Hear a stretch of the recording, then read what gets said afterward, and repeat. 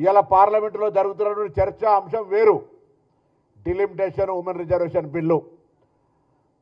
ఆ సందర్భంలో తెలివిలేని ఒక వెధవ The partition of AP and Telangana was done in a worse fashion than the British did the partition of India and Pakistan.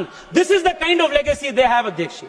మెదడు జ్ఞానము లేక తెలంగాణ విభజనను పాకిస్తాన్ భారత విభజనతోటి పోల్చి ఈరోజు ఈ భారతదేశంలో ప్రజాస్వామికంగా రాజ్యాంగ ప్రకారంగా లోక్సభ రాజ్యసభ పాస్ చేసినటువంటి బిల్లులను పార్లమెంటు వేదికగా అవమానపరుస్తుంటే తెలంగాణ నుంచి ఎంపికైన 8 మంది భారతీయ జనతా పార్టీల ఎంపులు చీము నెత్తురు లేకుండా వాటిని విని ఎంజాయ్ చేసేటువంటి దౌర్భాగ్య పరిస్థితి వింటే తెలంగాణ తల్లి రోధించేటువంటి పరిస్థితి ఉంది. అలా ఏ మాత్రం బాధ్యత ఉన్నా తెలంగాణ రక్తమున్నా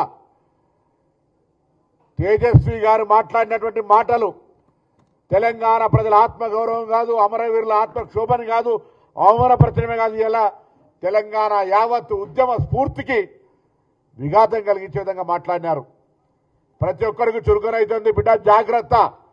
తెలంగాణ ఉద్యమకారులంతా ఒకవేళ ఎందుకులే విభజన జరిగింది కదా, ఎవరి విభజన దాకానే పోరాటం, విభజన తర్వాత ఎవరి బతుకులు వాళ్ళు బతకాలనుకుంటే జ్ఞానం లేక అజ్ఞానంతో పార్లమెంటరీ వ్యవస్థలో రాజ్యాంగాన్ని అవమానపరిచే విధంగా తేజస్వి మాట్లాడుతున్నటువంటి మాటలు ఈరోజు దేశ ప్రజాస్వామ్యానికి అగౌరవం. ప్రధానమంత్రి గారు కూడా వాటిని వినాలి. కాంగ్రెస్ పార్టీ మా నాయకుడు రాహుల్ గాంధీ గారు కూడా మెయిల్ చేశాం.